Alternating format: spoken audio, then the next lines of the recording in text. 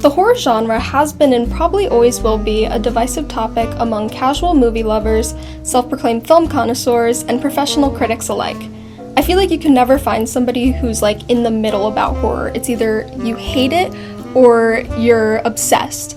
And if you couldn't tell by me making a whole video about it, I identify as the latter. The purpose of film, in my opinion, is to allow people to take a break from their day-to-day life and live through a situation that's more interesting than their own. And this is most effectively done when the viewer is connected with the character on screen. And I think that the horror genre encompasses all of those aspects in such a creative way. So you can only imagine my growing frustration with the way that horror film is seen as lowbrow in the media and in prestigious film organizations. In fact, only 6 films have ever even been nominated for Best Picture in the Oscars. These films are The Exorcist, Jaws, Silence of the Lambs, The Sixth Sense, Black Swan, and Get Out. But those are only nominations. The only horror film to ever win Best Picture is Silence of the Lambs. But how did we get here? What caused horror to be considered not worthy of recognition in the Academy Awards? In order to find that out, we're going to have to go back to some of the origins of horror. I'm sorry! Film invoking fear in an audience can be traced back to even the earliest of films. A popular story goes along with one of the first moving pictures, titled La Arrivée d'un train. I'm just gonna put it on the screen, I can't. It means arrival of the train at La Ciudad.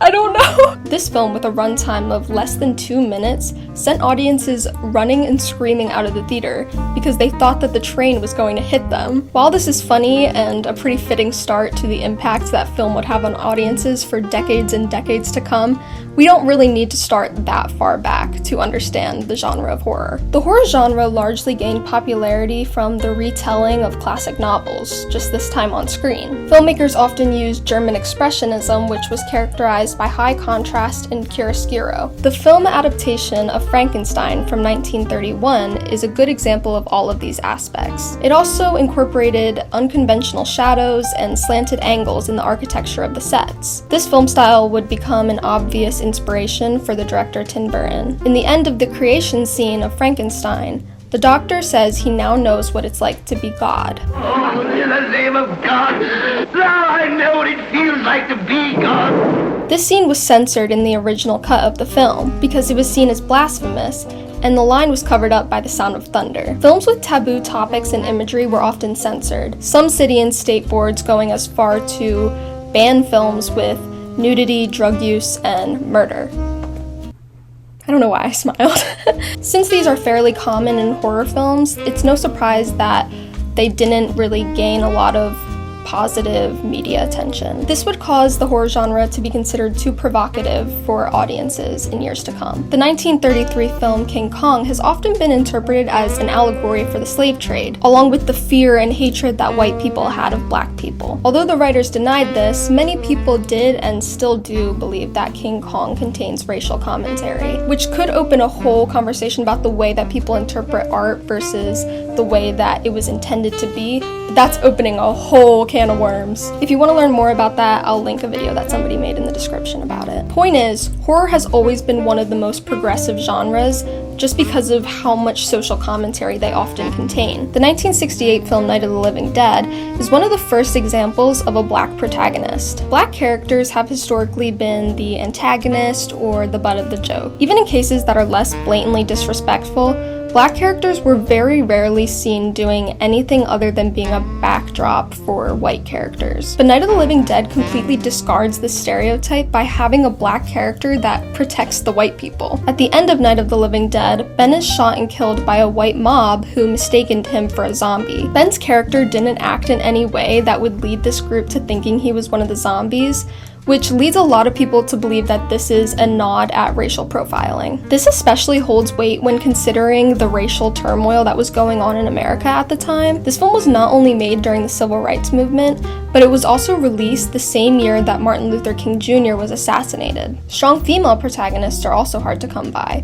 But the horror genre has broken the stereotypes so many times that it's created tropes, like the last girl trope and the monstrous menstruation trope. The final girl trope, referring to the final person surviving in a horror film being female, and the monstrous menstruation trope referring to the inherent danger that takes place after a girl begins going through puberty or gets her first period. The most popular examples of this would be the horror films Carrie and The Exorcist. While these are examples of the horror genre being inclusive, these tropes are far from perfect, as they promote harmful standards and stereotypes about women, specifically purity culture. Not to mention that the women in horror films were, and still are, primarily white. The final girl trope often depicts the final surviving character being the most pure. While her friends drink and smoke and have sex, she abstains. This makes her the only one worthy of surviving. This is obviously harmful because it paints young women who do engage in these things to be bad people who don't deserve to live. The monstrous menstruation trope feeds into purity culture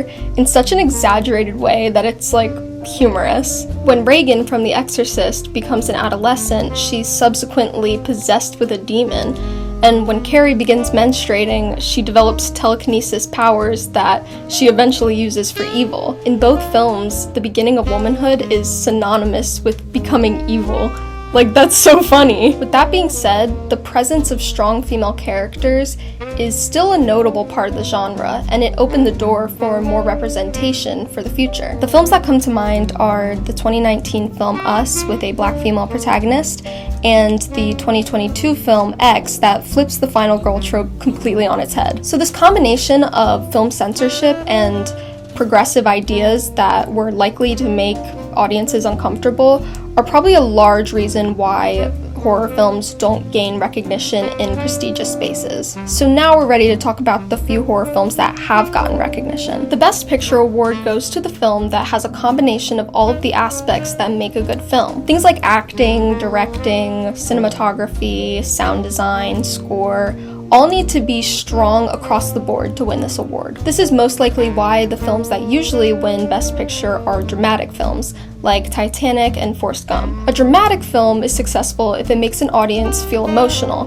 whereas a horror film is successful if it makes you feel like you're gonna shit your pants, which some find unenjoyable. One of the most frustrating things about the films that have won Oscars are that they're often stripped from the title of horror and replaced with the term thriller, which just kind of separates the film from the rich history that the horror genre has. Silence of the Lambs is a horror film. It has gore, it has suspense, and it has gross imagery. The Sixth Sense and The Exorcist are movies about ghosts with their own fair share of horror. That being said, I do think I can live with the film Black Swan being considered a thriller. Black Swan is like peak psychological horror.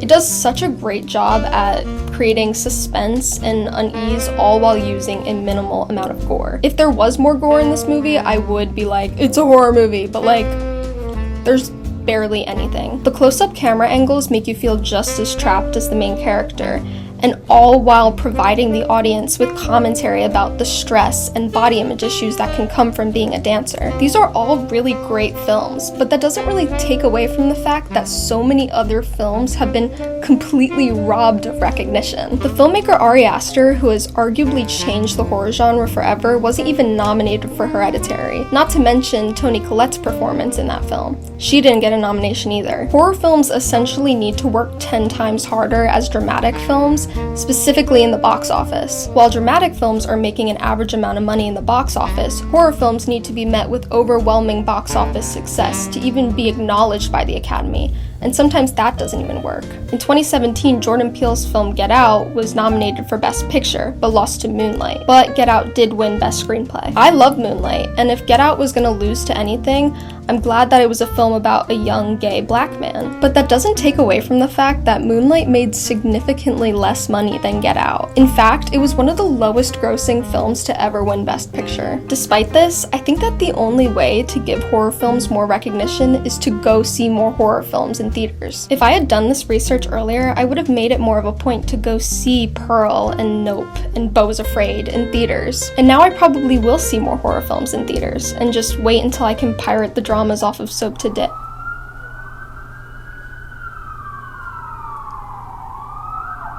Do you hear that? I'm gonna run, but check out the description. I put all of the videos and articles that helped me making this video, and all my socials are down there, so follow me on there, and subscribe. Oh my god.